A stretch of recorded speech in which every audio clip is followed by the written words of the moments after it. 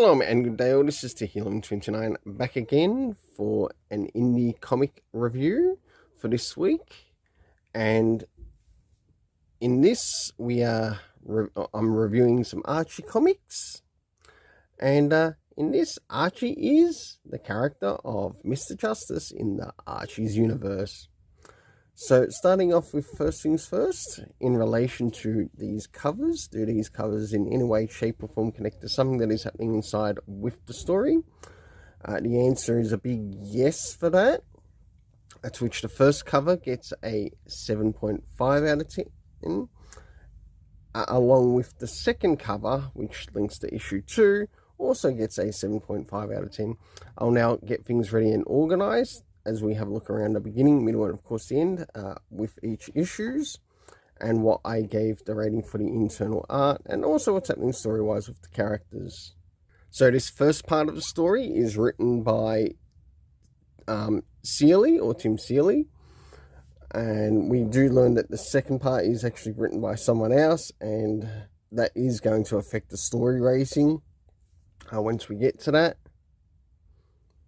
So as the story begins, in this Archie's universe, we start to see Archie himself in an we get to see Archie in the present, so we get the present as well as the past.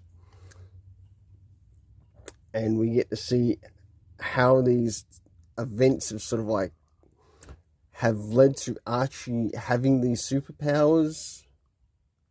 And of course, with the help of Jughead, he also gets a bit of help into establishing his own superhero uniform. There is something that's sort of mentioned in like one of the pictures, and I think it's called the Majestics. Sort of like the Archie universe version of, I guess, the Justice Team, which doesn't quite exist yet, but might quietly exist later on within the series.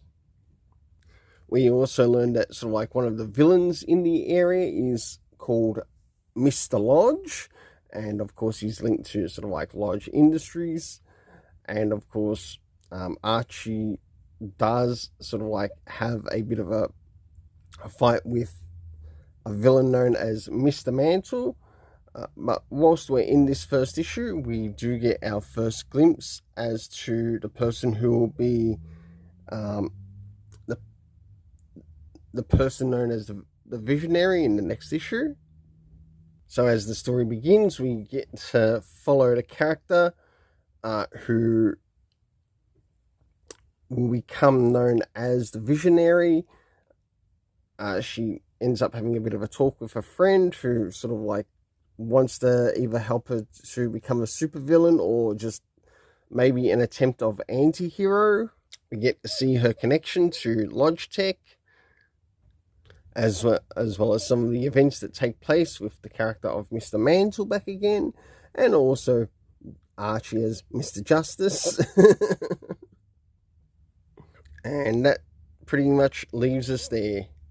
I will say one thing, I think the second issue could have been fixed up to be made a little bit stronger, where the first issue actually gave us a really good delivery with the character of Archie as Mr. Justice.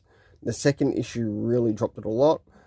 In relation to the art, I give it a 7 out of 10 for both of the issues. Next is the area of the story. With time, we didn't have a lot covered in the area of time. It should have actually been fixed up a little bit more clearer, because I'm noticing it upon like second, like going through this again, that there are some areas I did miss, but they weren't executed very strongly within the story, such as having then being mentioned and now. Some of the places to which this takes place in, location-wise, is Riverdale, Medvale, and also at Logitech. So we have a lot having to do with the character known as Lodge Industries. The cast of characters consisting of Jughead, Archie as Mr. Justice, Betty, Veronica, Mr. Lodge himself. We have Ronnie, Mr. Mantle, and of course Betty. Oh, hold on. Robbie, I think it was, and also the character known as Visionary, to which we don't really get the character's name. It should have been established very clear at the beginning of the second issue, to which I give the overall rating for both first and second issue a 6.5 out of 10.